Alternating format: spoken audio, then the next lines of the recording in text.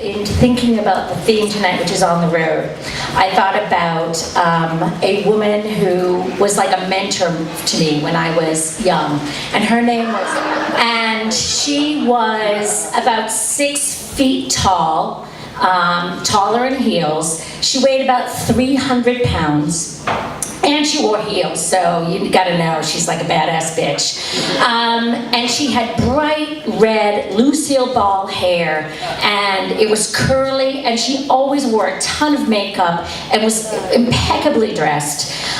She looked like a drag queen, but she was actually just a punk queen.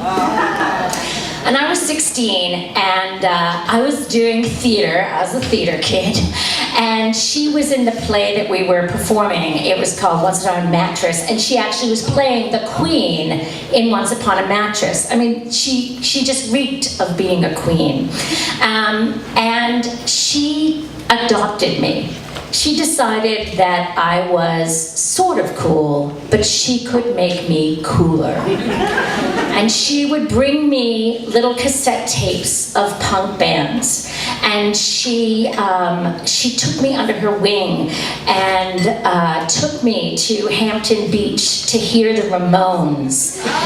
And because she was the queen of punk in Boston at that time, she knew the Ramones. She knew all the bands. She knew the Dead Kennedys. One time I was on Martha's Vineyard with my parents. I mean, I was 16 at the time, and she was probably 21. And I was on vacation with them, and I went into a newspaper shop, and there she was on the front of the local Reader newspaper, dressed as a fairy queen in this giant fairy costume. And I was like, oh my God, it's Tanta Leo.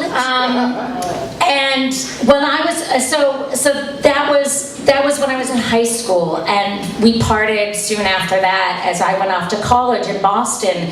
And about 3 years later, I was wandering through Boston. I had been out with friends, and I was all dressed up, and I wandered past like a Jimmy John's, and I looked inside, and there was Tanta Leo Lipschitz. And I left my friends. I was like, I have to go speak with her.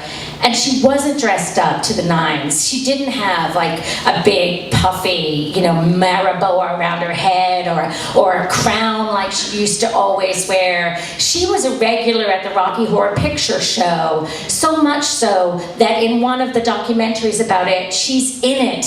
But here she was, and she was wearing sneakers, Converse sneakers, and just a pair of farmer's jeans. And I was like, Tanta Leo, oh my God, Tanta Leo, it is so good to see you.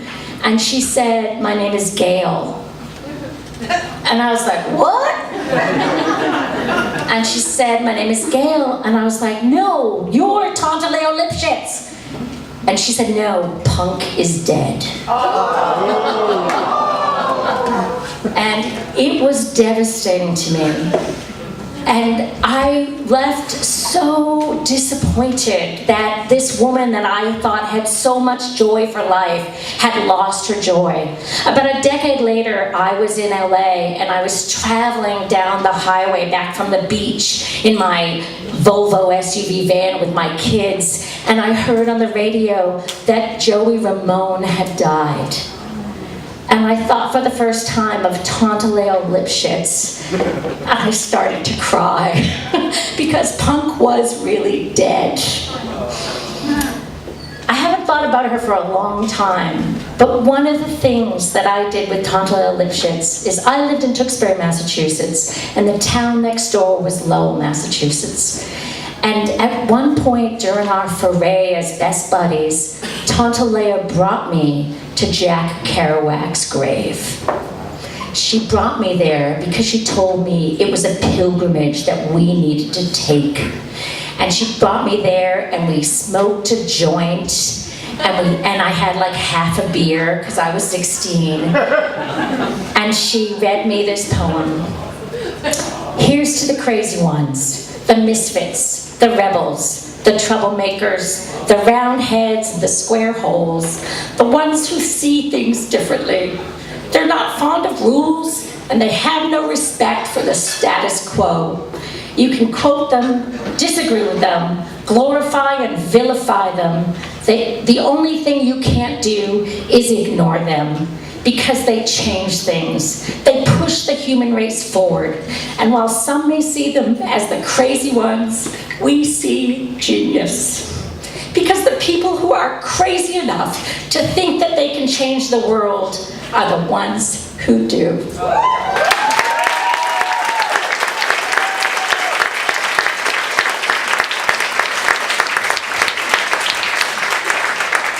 Punk may be dead, but I hope that I have lived a little bit like Tonto Leo Lipschitz hoped I would. Thank you.